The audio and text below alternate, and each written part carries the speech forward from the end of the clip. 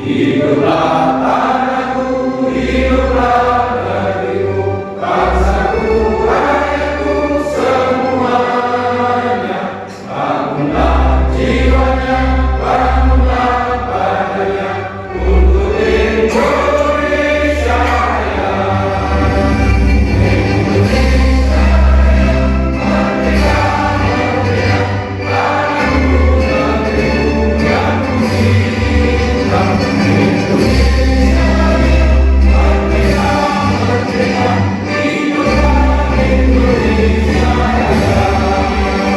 Indonesia Raya, merdeka, merdeka, tanahku, negeriku yang kucinta. Indonesia Raya, merdeka, merdeka, hiduplah Indonesia Raya. Bapak Ibu yang saya hormati, pertama sebagai Ketua Forum Perubahan Umat Beragama Kabupaten Jombang,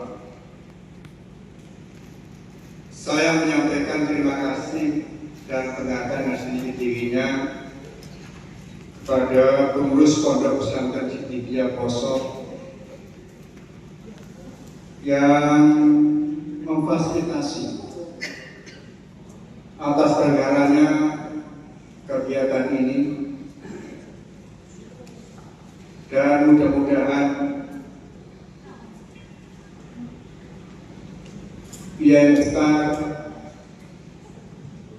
selalu diberikan kesehatan oleh Allah dan umur yang barokah, serta berkesempatan mengantarkan, mendampingi santri-santrinya, termasuk jamaahnya, untuk selalu istiqomah.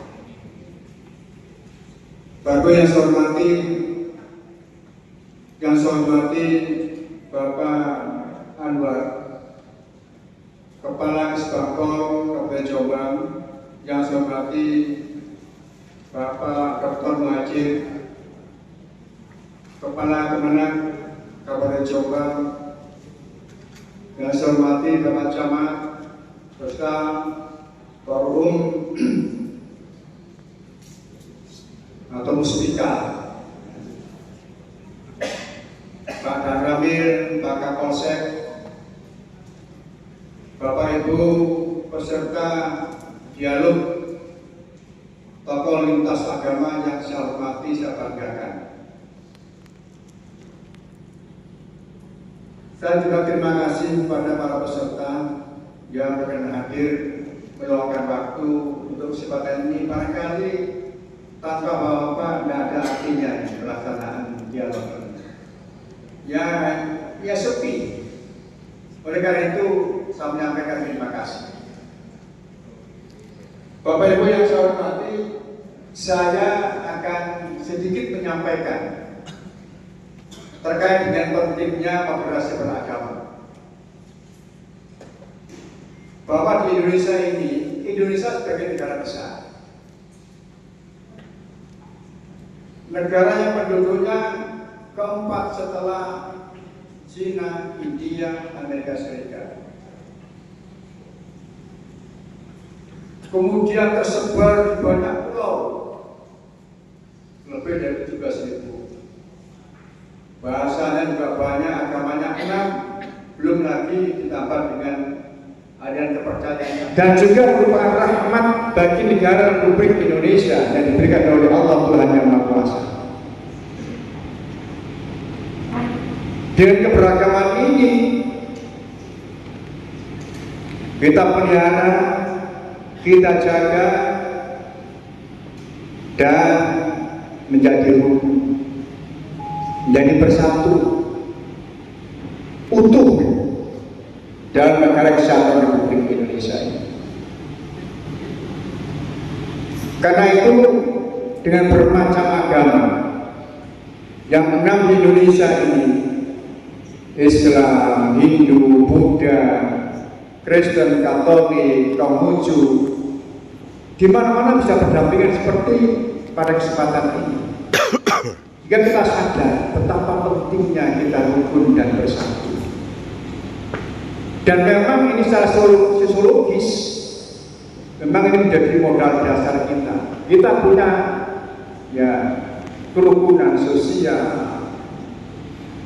solidaritas sosial, kesetaraan sosial, dan lain negara bangsa tidak ada.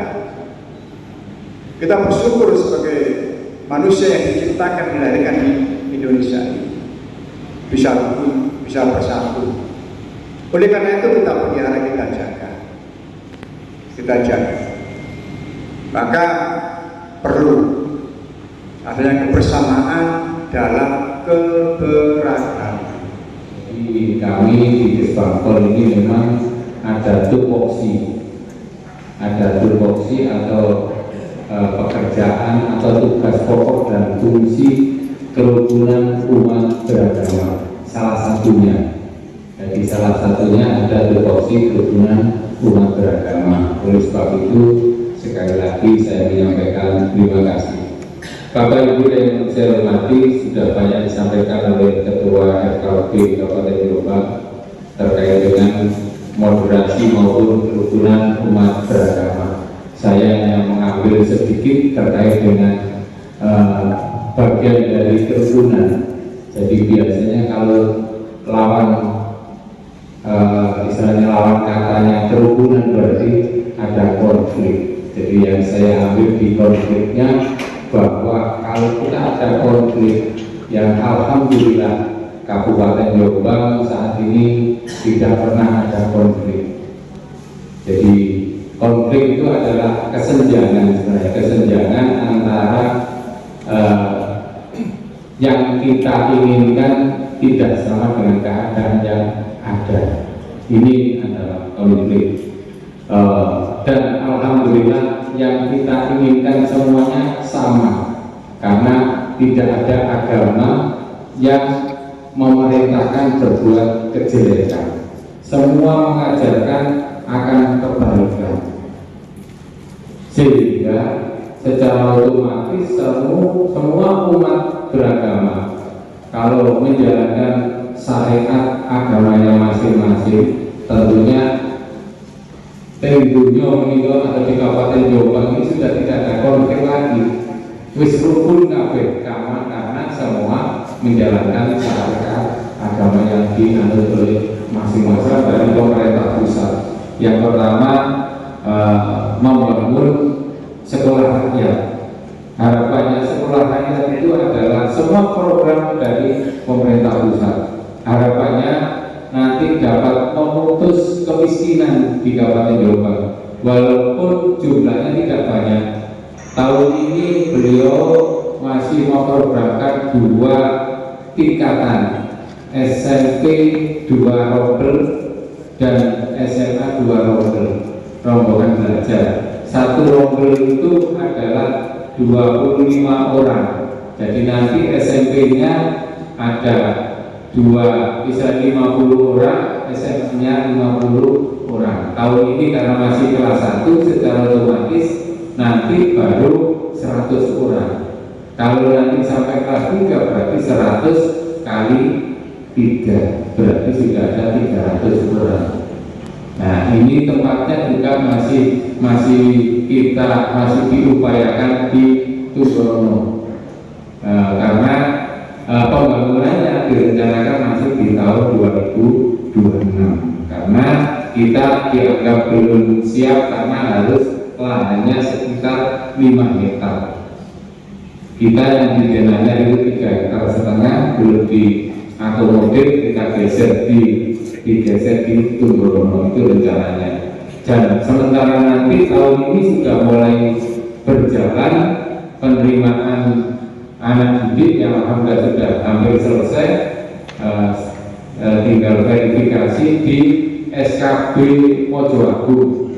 Alhamdulillah di Jombang ini tidak ada peraturan yang sifatnya diskriminatif yang membedakan antara satu umat beragama dengan umat yang lain.